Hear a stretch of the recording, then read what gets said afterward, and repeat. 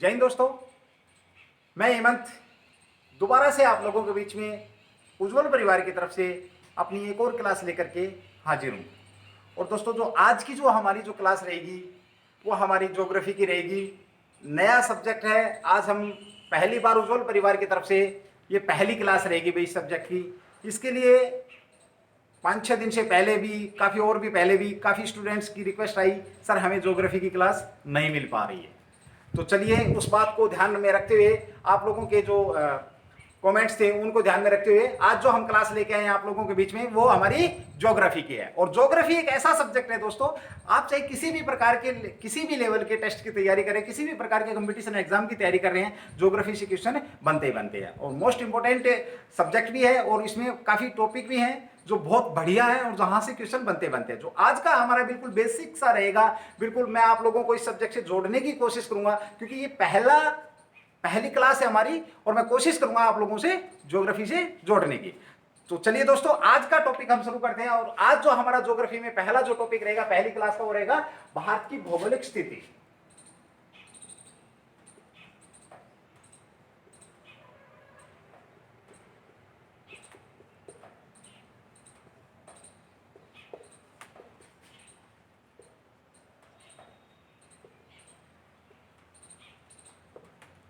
Okay दोस्तों, हम पढ़ रहे हैं भूगोल, तो सबसे पहले हमें हमारी भौगोलिक स्थिति के बारे में पता होना चाहिए। तो मैं बात करूंगा आप लोगों के बीच में आज भारत की भौगोलिक स्थिति के बारे में। इस सब्जेक्ट को हम पढ़ेंगे, दो पार्ट्स में पढ़ेंगे, एक वर्ल्ड ज्योग्राफी और एक इंडियन ज्योग्राफी। तो आज हम बात करेंगे, मिली जुली सी बात करेंगे जो बेसिक रहेगी। ज्यादा हमारा फोकस रहेगा किसके ऊपर? भारत की भौगोलिक स्थिति के ऊपर है। तो चलिए दोस्तों, इससे पहले मैं शुरू करूं टॉपिक, मेरे दिमाग में एक क्वेश्चन आ रहा है भाई। सबसे पहले मैं बात करूं भारत की। कई बार क्वेश्चन पूछा जाता है कि भारतीय सभ्यता का विकास कहां से माना जाता है। आप बहुत बहुत याद करते होंगे, बहुत पढ़ते होंगे। अब सोच के देखिए, क्या ये क्वेश्चन कभी देखा आप लोगों ने? हाँ, एग्जाम में तो मैंने जरूर देखा, लेकिन बुक में नहीं देखा। भारतीय सभ्यता का विकास कहां से माना जाता है, तो मैं वहां से इस टॉपिक को शुरू कर रहा हूं, भारतीय सभ्यता का विकास।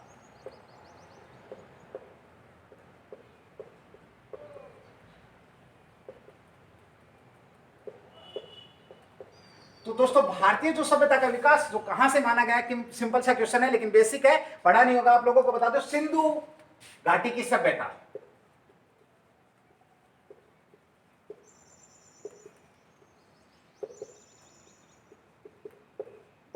भारतीय सभ्यता का विकास जो माना गया है वो कहां से माना गया है? सिंधु घाटी की सभ्यता। हम भारत का जिक्र कर रहे हैं तो हमें इन सब बातों के बारे में पता होना चाहिए। चाहे मैं मानता हूं इस क्वेश्चन को ज्योग्राफी का क्वेश्चन नहीं है मेरे मित्रों, लेकिन बहुत मोस्ट इंपोर्टेंट क्वेश्चन बन जाता है आप लोगों के बीच में है। ओके, अब बात करूं मैं एक बार भारत की। इससे पहले हम इसकी ज्योग्राफी, इसके आकार के बारे में बात करें, एक बार मैं नाम के ऊपर बात करूंगा भारत। भाई ये भारत का नाम भारत कहां से आया? तो नाम के ऊपर बात करूं, देखो दोस्तों, सबसे पहले हमने नाम सुना था एक आर्यवर्त। आर्यवर्त। फिर उसके बाद हमने नाम सुना भारतवर्ष। एंड देन फिर हमने नाम सुना इसका तीसरा जो नाम निकल करके आता है हिंदुस्तान। और चौथा जो नाम निकल करके आता है वो आता है मेरे मित्रों इंडिया। हम अपने देश को इन चार नामों से जानते हैं। हम इन अपने देश को चार नामों से जानते हैं और ये जो नाम है, ये नाम कहां से आए, इन सब के बारे में हम लोग बात करेंगे पहले भाई। उसके बाद हम फिर इसकी स्थिति के बारे में बात करेंगे। सबसे पहले बात करें आर्यवर्त। भाई भारत का जो नाम है यह आर्यवर्त क्यों पड़ा, या आर्यवर्त कहां से आया?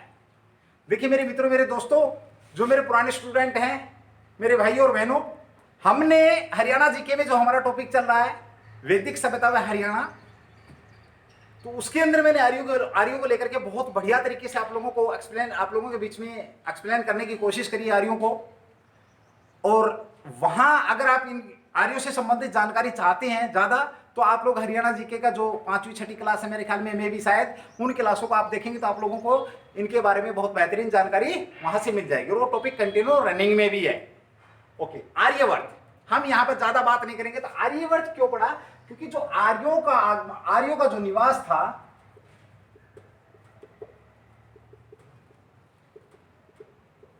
आर्यों का निवास उत्तर भारत माना गया भाई, उत्तर भारत। और आर्यों का शाब्दिक अर्थ तो मैं यहां पे बताना ही पड़ेगा मुझे, शाब्दिक अर्थ सर्वोत्तम। उन्होंने अपने आप को सर्वोत्तम माना, इसलिए उनको आर्य कहा गया। और आर्यवर्त जहां पर वो लोग रहते थे, कहां पर रहते थे, उत्तर भारत में रहते थे, तो उस क्षेत्र का नाम क्या पड़ा, आर्यवर्त। जहां पर आर्य लोग रहते थे, आर्यों ने अपने नाम पर उस क्षेत्र को आर्यवर्त के नाम से जाना। यहां तक आप लोगों को कंफर्म हो जाना चाहिए भाई। शाब्दिक अर्थ सर्वोत्तम, यह सबसे बढ़िया, और ये पूरी जाति के लिए यूज करते थे। और जहां पर लोग रहते थे उस क्षेत्र को इन्होंने क्या बना दिया, आर्यवर्त। तो पहला नाम हमारा निकल कर क्या आया, क्या, आर्यवर्त। ओके, उसके बाद इन्हीं में से एक राजा हुए हैं, आर्यों के एक राजा हुए हैं, राजा जो बहुत ही शक्तिशाली थे और प्रभावशाली भी थे। प्रसिद्ध राजा हुए हैं जिनका नाम क्या था, भरत, राजा भरत, जिनकी कहानियां भी सुनने को मिलती है कि उन्होंने बचपन में शेर के दांत गिने थे, इस टाइप की बहुत सारी, अब कितनी वो बहुत सारी कहानियां इनके बारे में हमारे को जानकारी मिलती है। यहां पर मैं सिर्फ शॉर्टकट में बात करूंगा जो आपके एग्जाम के भी उसे। देखिए भरत, जो भारतवर्ष जो पड़ा है वो आर्यों के प्रसिद्ध राजा भरत के नाम पर भारत का नाम भारतवर्ष रखा गया। दोस्तों दो बातें क्लियर होगी आपकी, दो बातें नहीं, तीन बातें क्लियर हुई हैं दोस्तों। पहली ये कि यार ये भारतीय सभ्यता का विकास कहां से माना जाता है, तो सिंधु घाटी की सभ्यता से भारतीय सभ्यता का विकास माना जाता है। आर्यवर्त, ये जो आर्य लोग आए थे सिंधु घाटी के आसपास आए थे, ये पहले सिंधु नदी की घाटी के आसपास आए थे, तो वहां उस क्षेत्र को आर्यवर्त जाना गया। भारतवर्ष, जो राजा भरत थे उनके नाम पर भारत का नाम क्या पड़ा, भारतवर्ष पड़ा। देखिए एक क्वेश्चन को 3-4 बार रिपीट किया जा रहा है, अगर आप ध्यान लगा करके सिर्फ सुन भी रहे हैं,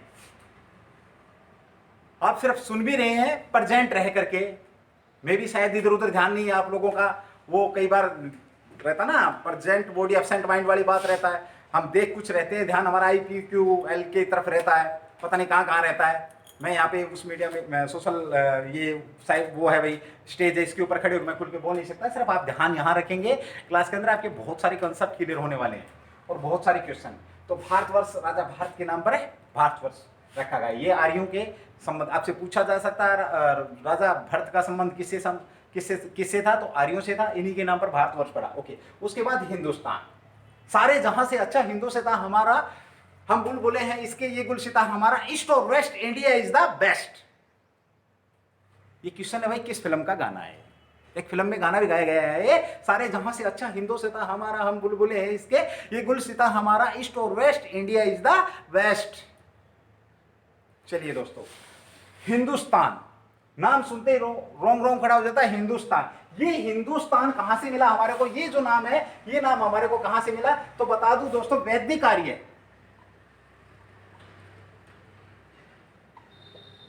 वैदिक आर्य थे, जो वैदिक आर्य थे, इनका निवास स्थान कहां था भाई, सिंधु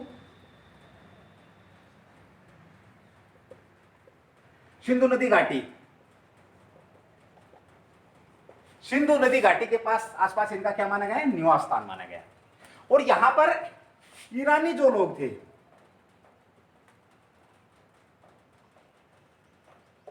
ईरानियों ने किसको भाई, सिंधु नदी को,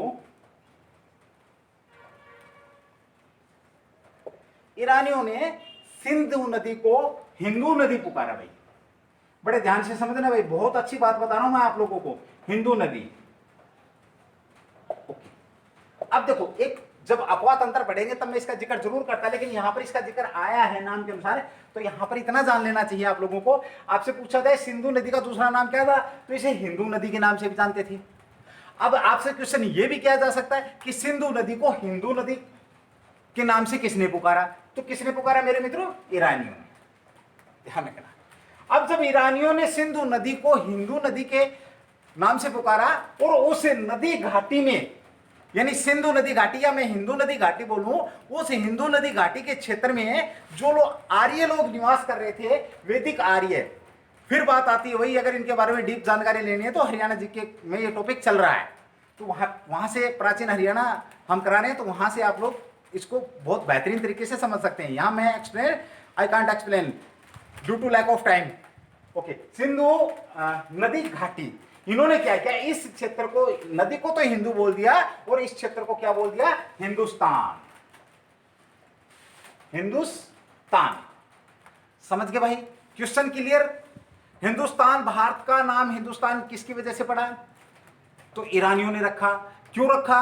क्योंकि उन्होंने सिंधु नदी को हिंदू नदी के नाम से पुकारा, और हिंदू नदी या सिंधु नदी घाटी में जो भारत में आर्य थे वो लोग निवास करते थे, और उस क्षेत्र को इन्होंने किस नाम से पुकार दिया? Hindustan. Is that clear? Okay, आगे बात करूं मैं आप लोगों से इंडिया की।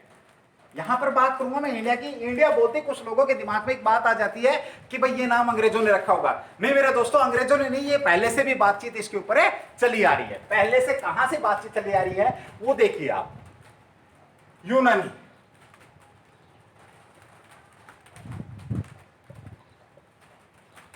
यूनानियों ने यही सिंधु नदी, यूनानियों ने सिंधु नदी को किस नाम से पुकारा?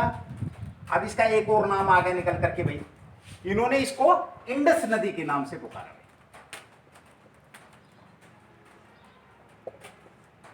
इंडस। अब देखो, बात करी मैंने किसकी? सिंधु नदी की। सिंधु नदी का एक नाम क्या होगा? हिंदू नदी, दूसरा क्या होगा? इंडस नदी। बहुत अच्छी क्वेश्चन बनते हैं, मैं ध्यान रखना ज्योग्राफी के लिए। तो इंडस नदी के नाम से इनको पुकारा, और जो इस क्षेत्र में जो लोग रहते थे उसको नाम दे दिया क्या मेरे मित्रों, मेरे भाइयों? इंडिया। अब पूछा जाए इंडिया नाम किसने दिया? इंडिया के नाम से किसने पुकारा? तो यूनानियों ने पुकारा। हिंदुस्तान के नाम से किसने पुकारा? ईरानियों ने पुकारा। और भारतवर्ष, राजा भरत जिनका संबंध आर्यों से था, पराक्रमी राजा भरत के नाम पर भारतवर्ष पड़ा। और आर्यवर्त इसलिए पड़ा क्योंकि आर्यों के जो लोग वहां पर रहते थे, तो इनका नाम क्या पड़ा? आर्य पड़ा। ये हमने नामों को लेकर के आप लोगों के बीच में बात करी है। अब एक बार आप इसका स्क्रीनशॉट ले लें। बहुत सुंदर सी राइटिंग है मेरे मित्रों, ये मेरे ख्याल में समझ में आनी तो मुश्किल है, फिर भी आई थिंक आप इसका स्क्रीनशॉट ले सकते हैं, राइट डाउन कर सकते हो क्यों, किस लिए, कैसे कैसे इनके नाम रखे गए। फिर मैं इसको रफ करता हूं और आगे बढ़ता हूं भाई।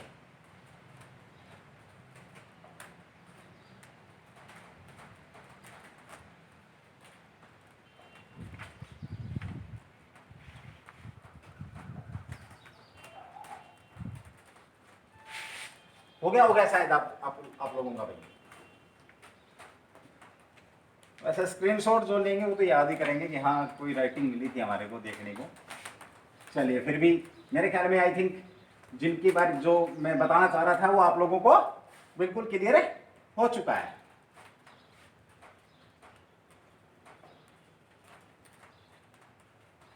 ओके दोस्तों, अब हम बात करेंगे किसकी भाई? भारत की स्थिति एंड विस्तार। क्योंकि भौगोलिक स्थिति है तो क्या बात करेंगे हम? भारत की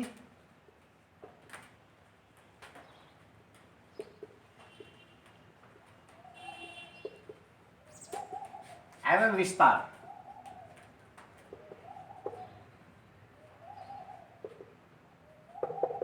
ये हमारा आगे टॉपिक है, चलेगा भाई इस प्रकार। ओके, हम बात करें भारत की स्थिति। देखिए यहां पर दो क्वेश्चन बनते हैं भारत की स्थिति को लेकर के। सबसे पहला क्वेश्चन ये बनता है कि भारत किस गोलार्ध में स्थित है? भारत किस गोलार्ध में स्थित है? बहुत बढ़िया क्वेश्चन बनता है। एक मिनट के लिए आप इमेजिन करेंगे ये गोलार्ध है, ठीक है भाई।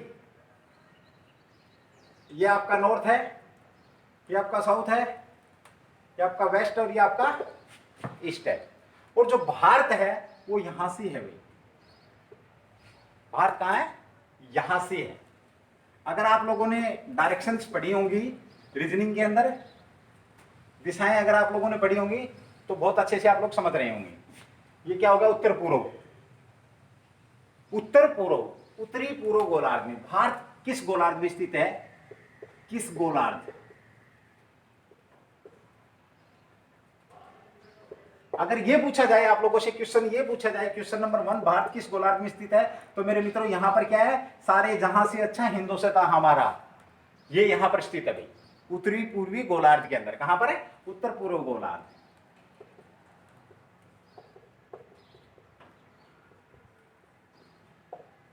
ओके, पहला क्लियर हो गया।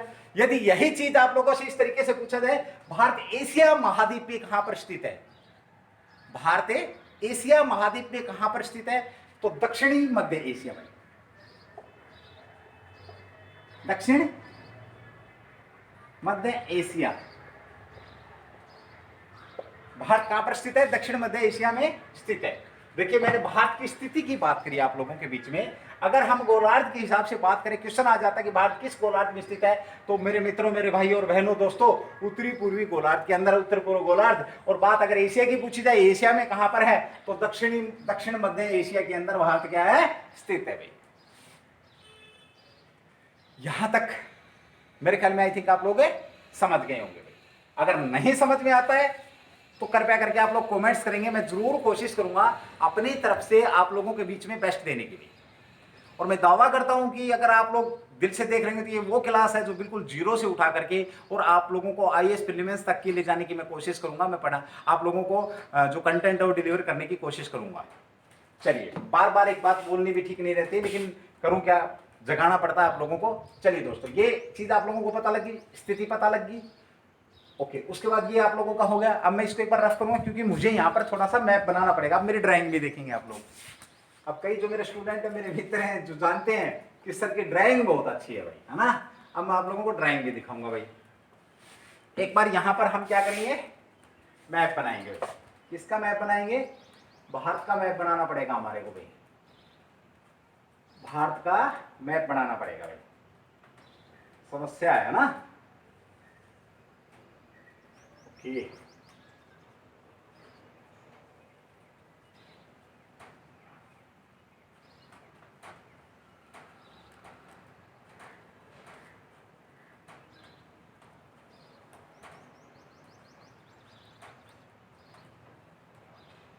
ये है इंडिया, सारे जहां से अच्छा हिंदुस्तान हमारा। ये है हमारा पहला भारत। इमेजिन करेंगे भाई, थोड़ा बहुत ये ऊपर नीचे हो सकता है, ऐसी ड्राइंग है मेरी, तो वो मैंने आप लोगों के बीच में बना दिया। अब देखिए भारत की बात करिए, ये नॉर्थ है आपका, ये साउथ है आपका, ये ईस्ट है, और ये आपका क्या है? वेस्ट है भाई। ये 4 डायरेक्शन है। अब सबसे पहले क्वेश्चन ये आ जाता है कि भारत की आकृति कैसी है? 1 2 3 4। आप देखेंगे बड़े ध्यान से तो देखिए 4 कोण निकले हुए हैं। तो क्वेश्चन आप लोगों का बन गया क्या? भारत की आकृति कैसी है? आकृति, तो ये आकृति कैसी है भाई? चतुष्कोणीय है।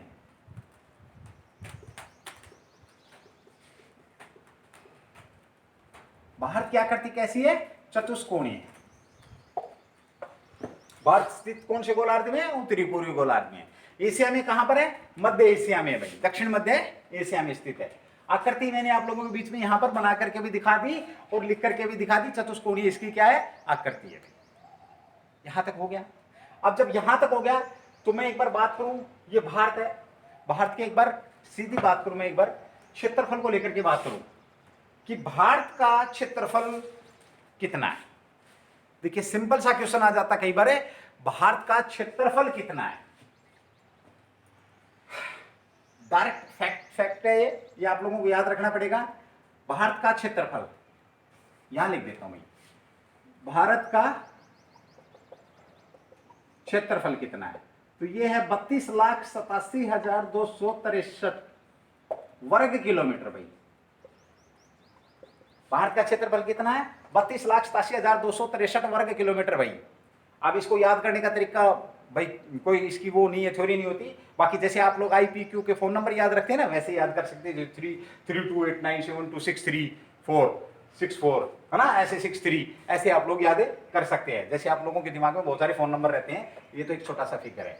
एज पर 2015 की बात करूं मैं, एज पर 2015 के हिसाब से जो भारत का जो क्षेत्रफल माना गया है मेरे दोस्तों, वो भारत का क्षेत्रफल माना गया है 32,87,469 वर्ग किलोमीटर। ये किसके हिसाब से माना गया है? एज पर 2015 के हिसाब से माना गया है। और कहीं कहीं आपको मिल जाएगा 3.8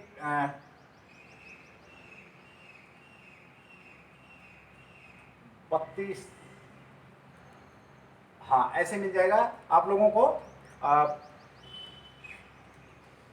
33 लाख के आसपास, 32.8 लाख ऐसे ऐसे भी लिख देंगे आप लोगों के बीच में, ऐसे भी हो सकता है इसका क्षेत्रफल।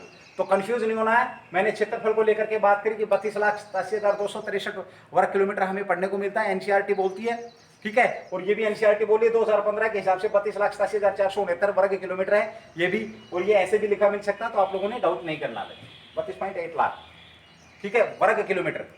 अब यहाँ पे क्वेश्चन आ जाता है, देखिए थोड़ा सा यहाँ पर मैं वर्ल्ड लेवल से आप लोगों को टच करने की कोशिश करूंगा। यहाँ पर एक क्वेश्चन आ जाता है, क्वेश्चन क्या आता है कि भाई भारत का जो क्षेत्रफल है, भारत के पास जो भूमि है वो विश्व की कितने प्रतिशत भूमि है। तो देखिए एक बार बड़े ध्यान से आप नोट करेंगे भाई, इसको मेरे को एक बार ये रफ करना पड़ेगा थोड़ा सा।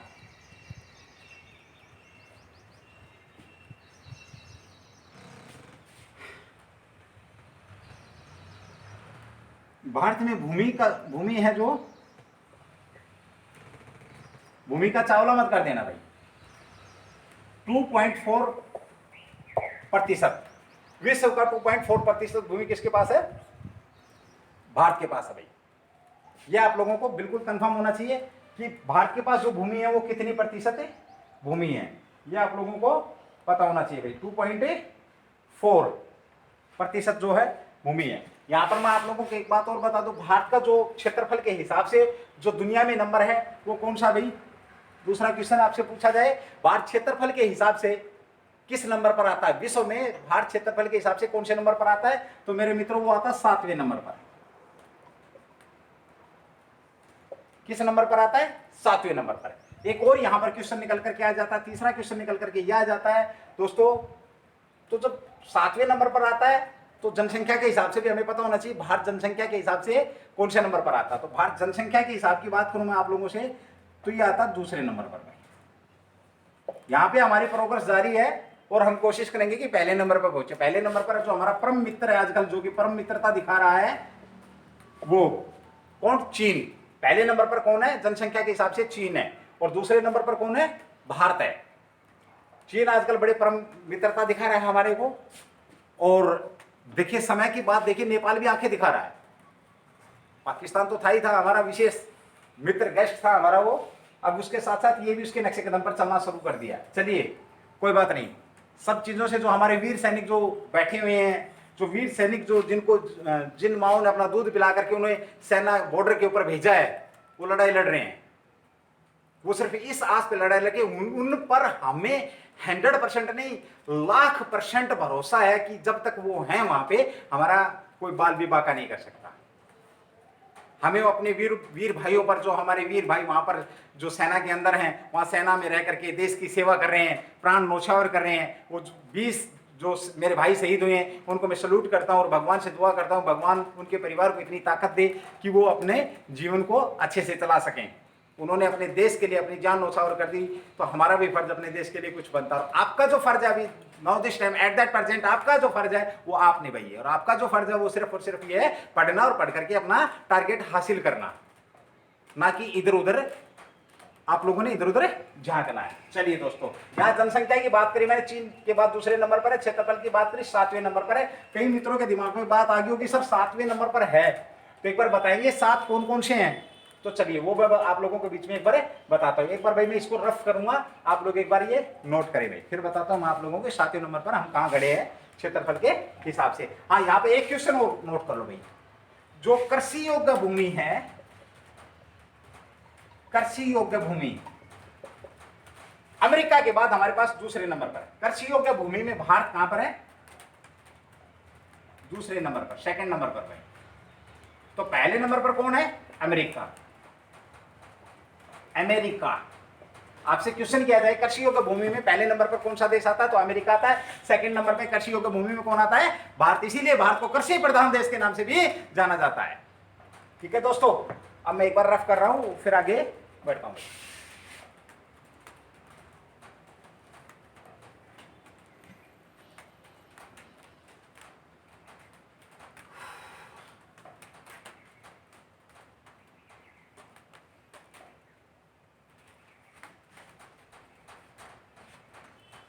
ओके भाई, अब हम बात कर रहे हैं किसकी बात करें, क्षेत्रफल की बात करें। क्षेत्रफल के हिसाब से 7वें नंबर पर है, तो पहले नंबर पर विश्व में कौन है। अब देखिए आप इमेजिन करेंगे ये देश हैं,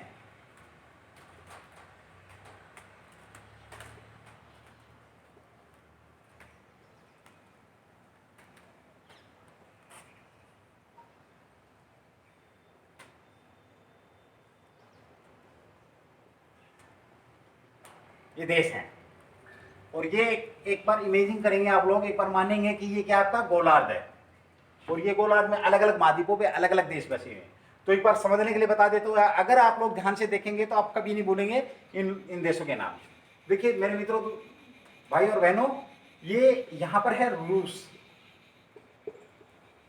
रूस पहले नंबर पर। विश्व के अंदर क्षेत्रफल में पहले नंबर पर कौन है? रसिया।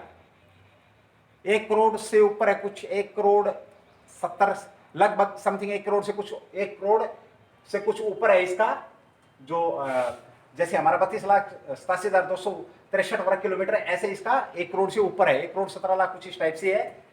मैं एग्जैक्ट बताऊंगा आप लोगों को जब दोबारा कभी बात करेंगे वर्ल्ड ज्योग्राफी के ऊपर। ओके, रसिया होगा पहले नंबर पर। इसके ठीक नीचे रसिया होगा, यहां पर क्या है? ये चाइना है भाई, चीन।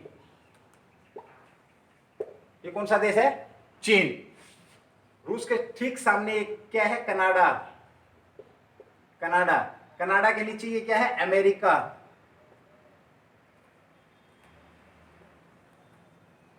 अमेरिका। ओके, पहले नंबर पर रसिया है क्षेत्रफल के हिसाब से, दूसरे नंबर पर आपका कनाडा है, सेकंड नंबर पर, थर्ड नंबर पर आपका चीन है, तीसरे नंबर पर, और फोर्थ नंबर पर आपका क्या है? अमेरिका है क्षेत्रफल के हिसाब से। और मैं फिफ्थ नंबर की बात करूं तो यहां पर है एक और देश है, ब्राजील। ब्राजील ये आपके 5वें नंबर पर है। और छठे नंबर पर देखिए, ये गोलार्ध मैं दिखा नहीं सकता आपको, ऐसे यूं घूमता है गोलार्ध, ऐसे यूं घुमा होता है। अगर चाहिए तो आप इस साइड ले सकते हैं, इसको चाहिए आप इस साइड ले सकते हैं, यहां से यहां, या फिर आप अंदर की तरफ लेंगे तो यहां दिखाना पड़ेगा। ये क्या है? ऑस्ट्रेलिया। छठे नंबर पर कौन है? ऑस्ट्रेलिया है। और 7वें नंबर पर मेरे दोस्तों वो कौन है? 7वें नंबर पर जो देश है वो कौन है? हिंदुस्तान। कौन है? इंडिया। 7वें नंबर पर क्या है? इंडिया या हिंदुस्तान। और 8वें नंबर पर यहां पर अर्जेंटीना है। अर्जेंटीना 8वें नंबर पर कौन है? अर्जेंटीना।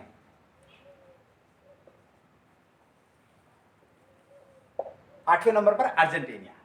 अब देखो दोस्तों, मैंने बात करी, किसकी बात करी भाई? किस प्रकार से जो क्रम की अगर आप लोगों से पूछा जा सकता है, क्वेश्चन ऐसे आ जाएगा, क्षेत्रफल के हिसाब से इनको क्रमवार दर्शाइए, क्रमवार लिखिए। तो मैंने एक छोटा सा बनाने की कोशिश करी आप लोगों को, बीच में ग्लोब, ये यहाँ पर बीच में हिंद महासागर वगैरह, सागर वगैरह बहुत सारी चीजें हैं, खाड़ी वगैरह बहुत सारा कुछ है। यहाँ पे मैं पूरा नहीं कर सकता, पॉसिबल नहीं है बोर्ड के ऊपर, फिर भी बता देता हूँ आप लोगों को। जैसे रूस के सामने आ गया कनाडा, पहले नंबर पर रूस के सामने कनाडा, एंड देन फिर आगे हम वापस कहा चीन। पहले नंबर पर रूस से कनाडा, दूसरे नंबर पर कनाडा, तीसरे नंबर पर चीन, चौथे नंबर पर अमेरिका है आपका, 5वें नंबर पर आपका ब्राजील है, छठे नंबर पर आपका ऑस्ट्रेलिया है, 7वें नंबर पर आपका भारत है, और 8वें नंबर पर आपका क्या है? अर्जेंटीना है। 8वें नंबर पर क्षेत्रफल के हिसाब से कौन सा देश है? अर्जेंटीना भाई। ये आप लोगों को पता होना चाहिए भाई। ये बिल्कुल क्लियर बात है, बिल्कुल बेसिक सी बात है। ये नहीं सोचना कि सर पता नहीं क्या पढ़ा रहे हैं, ये कई बार क्वेश्चन में आ जाता है। ठीक है भाई, यहां तक होगा। हमने क्षेत्रफल के हिसाब से एक बार रिवाइज करा दो। मैंने बात करी थी भारत की स्थिति की, बात करी भारत की स्थिति कैसी है उसके बारे में बात कर रहे थे हम। तो भारत के पहले हमने बात करी भारत की आकृति कैसी है, तो चतुष्कोणीय भारत की आकृति है। फिर उसके बाद में हमने क्षेत्रफल की बात करी, 32,87,263 वर्ग किलोमीटर क्षेत्रफल, 32,87,469 2015 एज पर, और लगभग 33 लाख भी इसको मान लिया जाता है। क्षेत्रफल की बात करें, फिर हमारे दिमाग में क्वेश्चन आया कि भाई क्षेत्रफल के हिसाब से हम दुनिया में कहां पे खड़े? तो क्षेत्रफल के हिसाब से हम दुनिया में 7वें नंबर पर खड़े। तो छह लोग हमसे, 6 देश, 6 कंट्री हमसे पहले आगे हैं। कौन कौन सी है? पहले नंबर पर आप लोगों के बीच में रशिया है, सेकंड नंबर पे कनाडा, थर्ड नंबर पे चाइना है, फोर्थ नंबर पे अमेरिका, 5 नंबर पे ब्राजील, 6 नंबर पे ऑस्ट्रेलिया, एंड 7वें नंबर पर क्या है? हमारा विश्व विजय तिरंगा प्यारा ऊंचा रहे सदा हमारा झंडा हमारा, तो वो क्या है? हमारा हिंदुस्तान। 7वें नंबर पर, 8वें नंबर पर अर्जेंटीना है। ये बात थी किसकी? क्षेत्रफल के हिसाब से। फिर मैंने यहां पर एक क्वेश्चन और डाला था आप लोगों के बीच में कि भाई कृषि योग्य भूमि के हिसाब से हम कौन से नंबर पर? तो कृषि योग्य भूमि के हिसाब से हम दूसरे नंबर पर आ रहे हैं। जैसे जनसंख्या के हिसाब से आ रहे हैं, जनसंख्या में पहले नंबर पर कौन है? चाइना है, सेकंड नंबर पर भारत है। ठीक है भाई, यहां तक मैंने आप लोगों के बीच में बात करी है। अब हम आगे बढ़ते हैं भाई। एक बार ये आप लोग अगर बनाना चाहें अपने तरीके से तो आसानी से आप बना सकते हैं। और स्क्रीनशॉट लेना, स्क्रीनशॉट लीजिए, मैं इसको रफ कर रहा हूं और आगे बढ़ रहा हूं।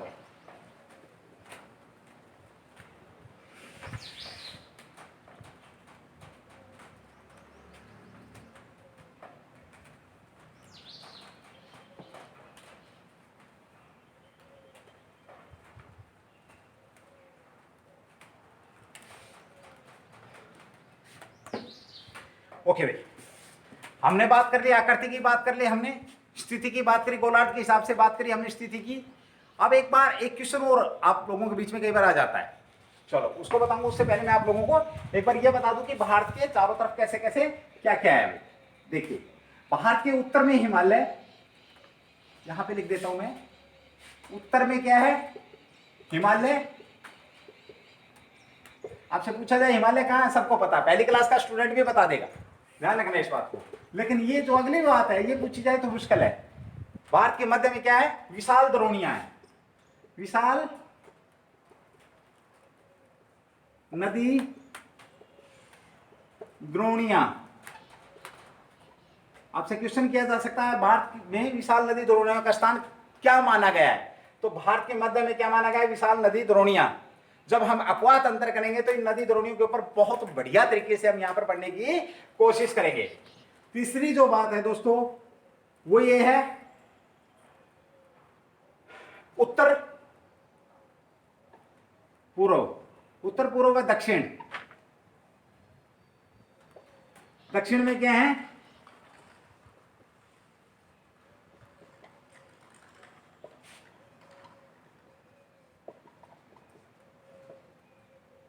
वनाच्छादित पहाड़ियां। उत्तर पूर्व दक्षिण में क्या है? वनाच्छादित पहाड़ियां, यानी कि पहाड़ियों, वनों से ढकी हुई पहाड़ियां। कहां कहां? उत्तर में भी है, उत्तर पूर्व में और दक्षिण में भी। यहां तक क्लियर हो गया। और उत्तर पश्चिम की बात करें, ये जो इलाका बता दिया इन्होंने, मैंने डायरेक्शन आप लोगों को दिखाई थी गोलार्ध में बना के, ये जो इलाका दिखा दिया डायरेक्शन में, ये क्या हो गया आपका? उत्तर पश्चिम। यहां पर क्या है? रेतीले, यहां पर क्या है भाई? रेतीले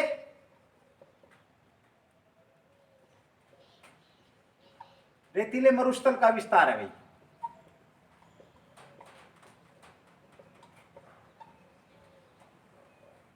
आपसे पूछा जाए भारत में रेतीले मरुस्थल का विस्तार कहां पर है? तो उत्तर पश्चिम के अंदर है, उत्तर पश्चिम के अंदर। उत्तर पूर्व में क्या है? वनाच्छादित पहाड़ियां हैं, वनों से ढकी पहाड़ियां हैं, दक्षिण में भी कुछ पहाड़ियां हैं, और भारत के उत्तर में हिमालय है ही है। ये भारत के जो चारों तरफ की जो बात थी वो मैंने आप लोगों को बताने की यहां पर कोशिश की है। क्वेश्चन आ जाएगा, आप लोगों से पूछा जा सकता है उत्तर पूर्व में क्या है, विशाल द्रोणियां कहां पर हैं, मरुस्थल कहां पर है, ये सारे के सारे आप लोगों से पूछे जा सकते हैं। तो आप लोग इनको राइट डाउन करेंगे। मैं इसको एक बार रफ कर रहा हूं भाई, फिर आगे बढ़ रहा हूं।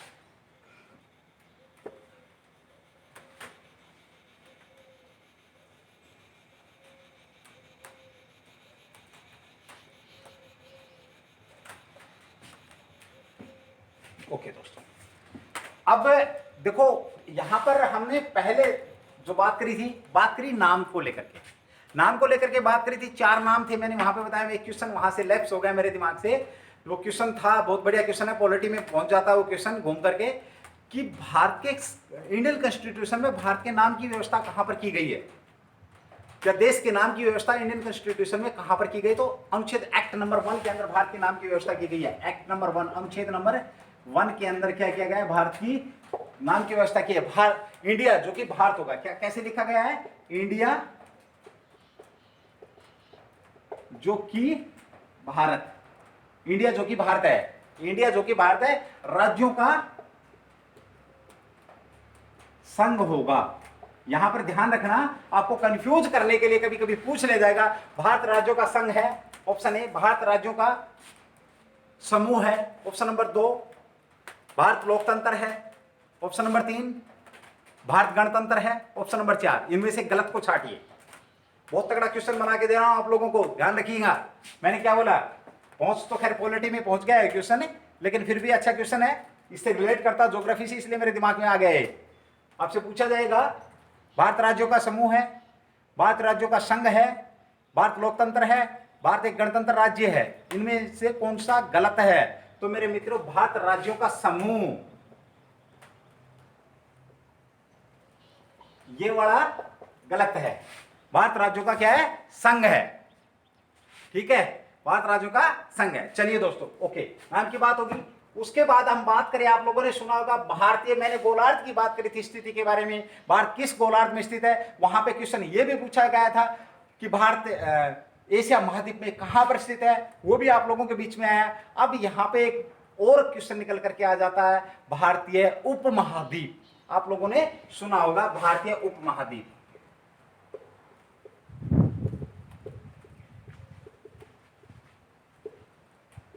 भारतीय उपमहाद्वीप या इंडियन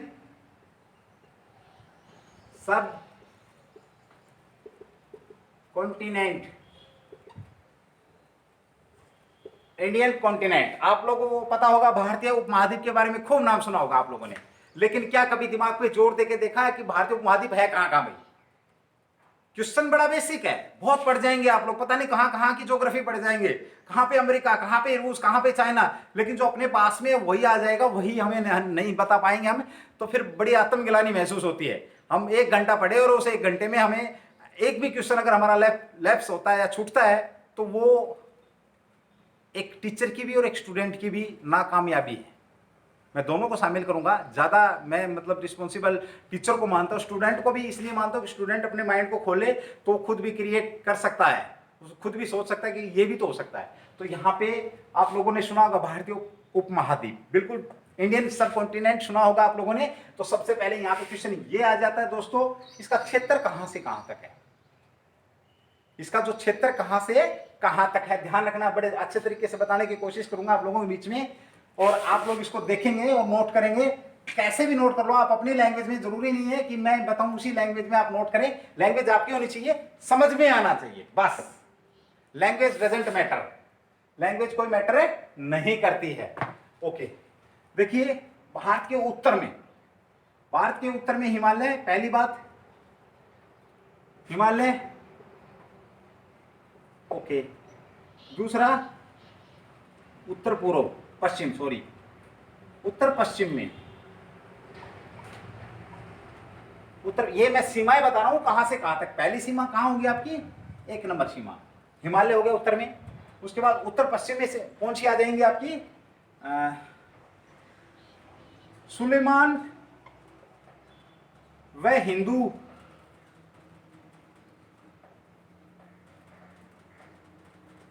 कुछ श्रेणियां,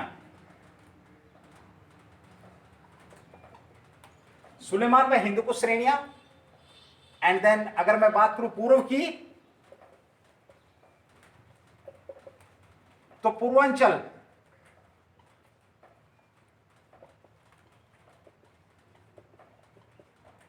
पूर्वांचल पहाड़ियां। एंड अगर बात करें हम दक्षिण की तरफ की,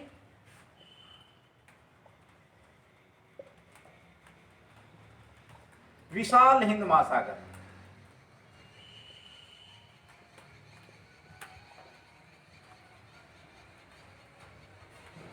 ये जो विशाल हिंद महासागर में जो सीमा बनाएंगे, सीमा की क्षेत्र इकाई, क्षेत्र इकाई, या इसको वर्त सीमांत क्षेत्र इकाई भी बोलते हैं, वर्त क्षेत्र सीमांत सीमाकांत इकाई। अब देखिए, मैंने आप लोगों के बीच में बात करी किसकी करी, इंडियन सब कॉन्टिनेंट की बात करी, भारतीय उपमहाद्वीप की बात करी। तो भारतीय उपमहाद्वीप में कौन कौन से क्षेत्र शामिल है, मैंने बात करी, उत्तर का हिमालय आ जाएगा, इधर ये सीमा आ जाएगी, उत्तर पश्चिम में सुलेमान व हिंदुकुश की श्रेणियां आ जाएंगी, पूर्व में पूर्वांचल पहाड़ियां, और हिंदू इसमें कौन सी आ जाएंगी, हिंद महासागर में जो सीमा है वो आ जाएगी भाई। दक्षिण के अंदर कौन सी आ जाएगी, हिंद महासागर में जो सीमाएं हैं वो आ जाएगी। ये जो मिलकर के जो श्रेणियां जो मिलकर के एक वर्त क्षेत्र इकाई बनाते हैं, इस वर्त क्षेत्र इकाई को भारतीय उपमहाद्वीप के नाम से जाना जाता है, भारतीय उपमहाद्वीप के नाम से जाना जाता है दोस्तों। और यहां पर शायद आपसे ये थोड़ा सा हाई लेवल का बन जाएगा, ये क्वेश्चन हाई लेवल पूछा था, सुलेमान में जो कुछ श्रेणियां कहां पर आती है, कौन से महाद्वीप में आती है, तो उसमें आपको दे देंगे एशिया महाद्वीप दे देंगे, या महाद्वीप या उपमहाद्वीप, किसी भी तरीके से आप लोगों से डीप अगर बना करके यहाँ से क्वेश्चन आ सकता है, लेकिन फिर भी आप लोगों को पता होना चाहिए। पश्चिम में हिंदुकुश और ये सुलेमान श्रेणियां हैं, पूर्वांचल में ये है। और यहाँ पर जो सिंपल जो क्वेश्चन बनता है आपका, वो सिंपल क्वेश्चन ये बनता है कि उपमहाद्वीप में कौन कौन से देश आते हैं। सबसे पहले बात करूं मैं संख्या की, उपमहाद्वीप में 5 देश शामिल है, उपमहाद्वीप में 5 देश शामिल है। 5 देश कौन कौन से शामिल है मेरे भाई? पहला देश तो हमारा इंडिया हो गया, भारत हो गया, बांग्लादेश हो गया, बिल्कुल सही बात है भाई, तीसरा नेपाल हो गया, जो आजकल वो भी आंखें दिखा रहा है। चौथा क्या होगा भाई, भूटान हो गया। और पांचवा हमारा परम विशिष्ट मित्र पाकिस्तान। ये 5 देश मिलकर के भारतीय उपमहाद्वीप का निर्माण करते हैं, या जितनी ये जो भूमि है ये पूरी की पूरी किसमें काउंट होती है, भारतीय उपमहाद्वीप या इंडियन सब कॉन्टिनेंट के अंदर ये शामिल होती है। यहां पर मुझे मेरा समय अभी इजाजत नहीं दे रहा है। एक बार मैं आप लोगों को थोड़ा सा, पहली क्लास है, एक बार रिवाइज करा देता हूं अच्छे से, उसके बाद फिर हम अगली क्लास में मिलेंगे। आज की जो क्लास थी हमारी ज्योग्राफी की पहली क्लास थी। जो चीज देखो यहां पर मैं इससे पहले रिवाइज कर रहा हूं, आप लोगों को बता दूं, अगर कोई बात समझ में नहीं आती है या आप लोग नहीं कुछ आप लोगों के समझ में आते हैं, आप पर्सनली आकर के यूट्यूब पे आकर के कहीं से भी कैसे भी, कोई भी बच्चा, कोई भी नया पुराना कैसा भी स्टूडेंट, आप क्वेश्चन करेंगे, हम अवेलेबल हैं आप लोगों के बीच में। जैसी भी जानकारी होगी हम डिलीवर करेंगे। जैसी भी क्या 100% सही कोशिश करेंगे कि 100% आपको जानकारी सही मिले। ओके, आज की जो क्लास थी वो हमारी ज्योग्राफी की पहली क्लास थी। आप लोगों को पता है, क्योंकि कुछ मित्र मेरे स्किप कर करके देखते रहते हैं, और जो व्यक्ति स्किप करके क्लास को देखता है वो कभी सक्सेस नहीं हो सकता। पता नहीं कब कौन सी 1 मिनट में इंपॉर्टेंट क्वेश्चन आ जाए, टच कर जाए, क्योंकि फिर अगर आपने 5 मिनट की क्लास स्किप कर दी तो अगले 5 मिनट की हो सकता है मे भी समझ में ना आए, उस 5 मिनट के बाद ही समझ में आएगी। यह आप लोग ऑलरेडी बेटर अंडरस्टूड हैं। तो क्लास, पहली बात तो ये मेरी रिक्वेस्ट आप लोगों से कि क्लास अगर देखनी है तो पूरी देखिए, और ज्यादा से ज्यादा आप अपने यार दोस्तों को इसको फॉरवर्ड करिए। हो सकता है आपकी एक सलाह किसी व्यक्ति का भविष्य बनाने में या निर्माण करने में मदद कर जाए, और वो आपको जिंदगी भर ना भूले। ये भी बात। दूसरी बात, हमने क्लास जो शुरू करी थी वो हमने करी थी भारतीय सभ्यता का विकास। तो मैंने बताया आप लोगों को भारतीय सभ्यता का जो विकास है वो कहां से हुआ है, सिंधु घाटी की सभ्यता से हुआ है। बिल्कुल सिंपल सा क्वेश्चन था, लेकिन पता नहीं था सर। बहुत अच्छी बात है, आज पता लग गया मेरे ख्याल में। उसके बाद बात करी हमने आगे भारत के नामों को लेकर के बात करी। भारत के मैंने आप लोगों को नाम बताया, आर्यवर्त बताया, भारतवर्ष बताया, हिंदुस्तान बताया, और क्या बताया मैंने आप लोगों के बीच में, इंडिया। आर्यों के आने के कारण, आर्यों के निवास स्थान के कारण आर्यवर्त पड़ा है। हिंदुस्तान राजा भरत, आर्यों के जो प्रसिद्ध राजा थे भरत के नाम पर भारतवर्ष पड़ा है। हिंदुस्तान ईरानियों की वजह से जो सिंधु नदी थी, जो सिंधु नदी के आसपास जो आर्य लोग निवास करते थे, वो सिंधु नदी को हिंदू नदी के नाम से जानते थे, और उस क्षेत्र को उन्होंने नाम दे दिया हिंदुस्तान। एंड देन उसके बाद हमने बात करी इंडिया की, बात करी तो इंडिया क्या है, यूनानियों ने ये नाम दिया इंडिया। वो सिंधु नदी को इंडस नदी के नाम से जानते थे, इंडस नदी के नाम से पुकारते थे। सिंधु नदी के 3 नाम हो गए, हिंदू, इंडिया, सिंधु, और भी बहुत सारी। जब अपवाद तंत्र करेंगे तो मैं आप लोगों के बीच में लेकर के आऊंगा। सिंधु नदी तंत्र बहुत बड़ा नदी तंत्र और बहुत महत्वपूर्ण है हमारे एग्जाम के व्यू से भी। 2-3 देशों में बहता है, ठीक है, 2-3 देशों की भूमि से निकलता है, तो उसके बारे में बहुत डीप बात करेंगे। हमने नामों की बात करी तो नाम क्लियर हो गए। एंड देन उसके बाद फिर मैंने बात करी भारत की स्थिति के बारे में कि भारत स्थित कहाँ है। गोलार्ध की बात करी तो उत्तर पूर्वी गोलार्ध के अंदर भारत स्थित है, यहां तक क्लियर होगा। फिर बात करी हमने कि कौन से महाद्वीप में, एशिया महाद्वीप में। एशिया महाद्वीप में कहां पर भाई, दक्षिण मध्य में स्थित है, यहां तक भी बात हुई। उसके बाद हमने बात करी आकृति की। भारत की आकृति कैसी है, चतुष्कोणीय आकृति मैंने आप लोगों को बीच में बना करके दिखाई। उसके बाद जब आकृति बन गई तो फिर मैंने बात करी क्षेत्रफल के ऊपर कि भारत का क्षेत्रफल कितना है, 32,87,263 किलोमीटर वर्ग किलोमीटर, या 32,87,469 वर्ग किलोमीटर, या लगभग 33,20,000 को हम मान सकते हैं। जो 469 माना गया है वो एज पर 2015 के हिसाब से माना गया है। ये एनसीईआरटी बोलते हैं, हेमंत सर नहीं बोल रहे हैं, ठीक है भाई। ओके, उसके बाद फिर हमने बात करी क्षेत्रफल की कि भारत का नंबर क्षेत्रफल के हिसाब से कहां पर पड़ता है, विश्व के अंदर। तो विश्व के अंदर भारत के क्षेत्रफल का नंबर पड़ता है 7वां देश है। और कितने परसेंट भूमि है विश्व की, हमारे पास 2.4% भूमि हमारे पास है। यहां पर मैं आप लोगों को बता दूं जनसंख्या के हिसाब से हम कौन से नंबर पर आ रहे हैं, दूसरे नंबर पर आ रहे हैं। और एक और बात, लगभग 17%, 7.6% जनसंख्या भारत के अंदर निवास करती है। कौन सी है भाई ये, 17.6% भारत की जो जनसंख्या है वो विश्व की जनसंख्या का लगभग 17.6% के करीब यहाँ पर भारत में निवास करती है। ये आप लोगों को कंफर्म हुआ। उसके बाद फिर हमने बात करी कि भाई कृषि योग्य भूमि, अमेरिका के बाद हम दूसरे नंबर पर आते हैं कृषि योग्य भूमि में। फिर हमने बात क्षेत्रफल पे चली थी। क्षेत्रफल में सर 7-6 पहले कौन है, तो 6 पहले की बात करी मैंने, चाइना है, सॉरी रसिया है, रसिया के ठीक सामने कनाडा पड़ता है, कनाडा के ठीक सामने चाइना पड़ता है, चाइना के ठीक सामने एक सर्कल सा बनता है इस प्रकार से प्रिज्म टाइप में। तो पहला नंबर पे रसिया, दूसरे नंबर पे आप लोगों का कनाडा होगा, तीसरे नंबर पे चाइना होगा, चौथे नंबर पे अमेरिका, पांचवें नंबर पे ब्राजील, छठे नंबर पर ऑस्ट्रेलिया, सातवें नंबर पर सारे जहां से अच्छा हिंदुस्तान हमारा, और 8वें नंबर पर क्या है, अर्जेंटीना। ये आप लोगों के बीच में मैंने क्षेत्रफल को लेकर के बात करी। उसके बाद फिर मैंने भारत से संबंधित जानकारी दी कि भारत के उत्तर में क्या है हिमालय है, भारत के मध्य में क्या है विशाल नदी द्रोणियां है, भारत के उत्तर पूर्व में क्या है और दक्षिण में क्या है, उत्तर पूर्व और दक्षिण में क्या है वनों से ढकी हुई पहाड़ियां, इसका जिक्र किया। भारत में भाई मरुस्थल का विस्तार कहां पर है, तो उत्तर पश्चिम के अंदर मरुस्थल का विस्तार है। देखिए ध्यान लगे गुजरात राजस्थान की साइड में कौन सी डायरेक्शन में पड़ता है, तो ये भी मैंने आप लोगों के बीच में एक्सप्लेन किया, क्योंकि हम सिर्फ स्थिति की बात कर रहे हैं। स्थिति की बात करें तो आप लोगों को पता। फिर एक क्वेश्चन और निकल के आया बहुत सुंदर सा, इंडियन सब कॉन्टिनेंट के बारे में हमने जानकारी दी। इंडियन सब कॉन्टिनेंट बोले तो भारतीय उपमहाद्वीप का नाम आप लोगों ने सुना। क्षेत्र के बारे में मैंने बताया, उत्तर में हिमालय, उत्तर पश्चिम के अंदर सुलेमान हिंदुकुश पहाड़ियां, पूर्व में पूर्वांचल पहाड़ियां, दक्षिण में हिंद महासागर से जो सीमा बनती है वो, ये इनके जो बीच में जो सीमाएं टच करती है, जो क्षेत्र इकाई, जो वर्त क्षेत्र इकाई बनती है, इसे भारतीय उपमहाद्वीप या इंडियन सब कॉन्टिनेंट के नाम से जाना जाता है। और इसके अंदर 5 देश शामिल है। कौन कौन से? बांग्लादेश, भूटान, नेपाल, पाकिस्तान और भारत। ये मैंने आप लोगों के बीच में आज यहां बताने की कोशिश की है। कल जब हमारी क्लास शुरू होगी, अगली जो भी नेक्स्ट क्लास हम होंगे लेकर के आएंगे, हम बात करेंगे कौन सा दक्षिणतम, कौन सा उत्तरतम, कौन सा कैसे कैसे क्या भारत के बारे में, रेखाओं के बारे में हम बातचीत करेंगे। यहां पर यदि आप लोगों को कोई सवाल, कोई क्वेश्चन, कोई किसी भी प्रकार का कोई सही आंसर, तो आप कॉल भी कर सकते हैं, कोई दिक्कत नहीं है। पढ़िए दोस्तों, बढ़िए, आगे बढ़िए, पढ़िए और आगे बढ़िए। पढ़ाई के अलावा आप लोगों के पास कोई ऑप्शन नहीं है जो आप अपने जीवन स्तर को ऊंचा उठा सको। देखिए हमारे वेद शास्त्रों में भी एक बात लिखी गई है, जहां पर सरस्वती जी निवास करती हैं वहां पर लक्ष्मी जी ऑटोमेटिक आती हैं। तो चलिए दोस्तों, यहीं पर मेरा समय मुझे इजाजत नहीं दे रहा, मैं फिर आप लोगों के बीच में उज्जवल परिवार की तरफ से एक बेहतरीन से बेहतरीन क्लास लेकर के हाजिर हूंगा। जय हिंद।